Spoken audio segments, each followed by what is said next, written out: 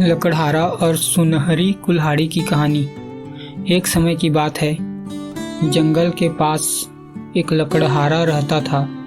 वो जंगल में लकड़ी इकट्ठा करता था और उसे पास के बाजार में बेच देता था। इसके बदले उसे कुछ पैसे मिल जाते थे। एक दिन की बात है, वो एक पेड़ काट रहा था। तभी ये हुआ कि उससे गलती से उसकी कुल्हाड़ी एक नदी में जा गिरी। नदी बहुत ज़्यादा गहरी थी और वास्तव में तेजी से बह रही थी। उसने बहुत प्रयत्न किया अपनी कुल्हाड़ी को खोजने की, लेकिन उसे वहाँ कुछ नहीं मिला। अब उसे लगा कि उसने कुल्हाड़ी खो दी है। वो बहुत दुखी हो गया और नदी के किनारे बैठकर रोने लगा। उसके रोने की आवाज़ सुनकर नदी के भगवान उठे और उस लकड़हारे से पूछा कि क्या हुआ। लकड़हारा ने उसे अपनी दुखद कहानी बताई। नदी के भगवान को उस लकड़हारे के ऊपर दया आ गई और वो उसकी मेहनत और सच्चाई देखकर उसकी मदद करने की पेशकश की।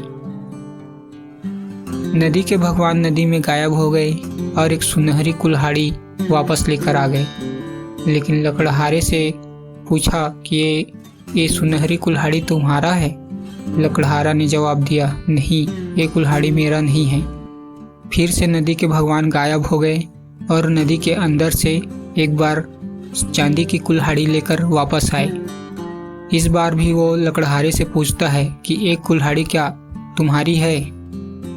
तब वो लकड़हारा बोलता है, नहीं, ये कुल्हाड़ी भी मेरा नहीं है। अब नदी के भगवान वापस नदी में गायब हो गए। अब की बार वो वास्तविक जो लकड़हारे की कुल्हाड़ी थी उसे वापस लेकर आ गए। लकड़हारा इस कुल्हाड़ी को देखकर खुश हुआ और मुस्कुराया, हाँ, यही कुल्हाड़ी मेरा है। नदी के भगवान ने लकड़हारे की ईमानदारी से प्रभावित होकर उसे सोने और चांदी की दोनों कुल्हाड़ियाँ भेंट में दे दिया। इससे हमें यह सीख मिलता है कि हमें हमेशा ईमानदारी दिखाना चाहिए।